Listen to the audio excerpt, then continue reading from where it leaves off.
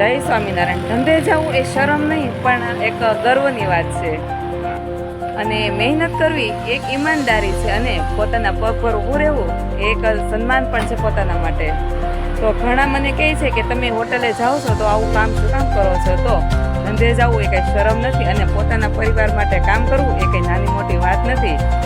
અને ધંધામાં શરમ ન હોય, મહેનત માગે છે ધંધો, ત્યારે ધંધો થાય છે.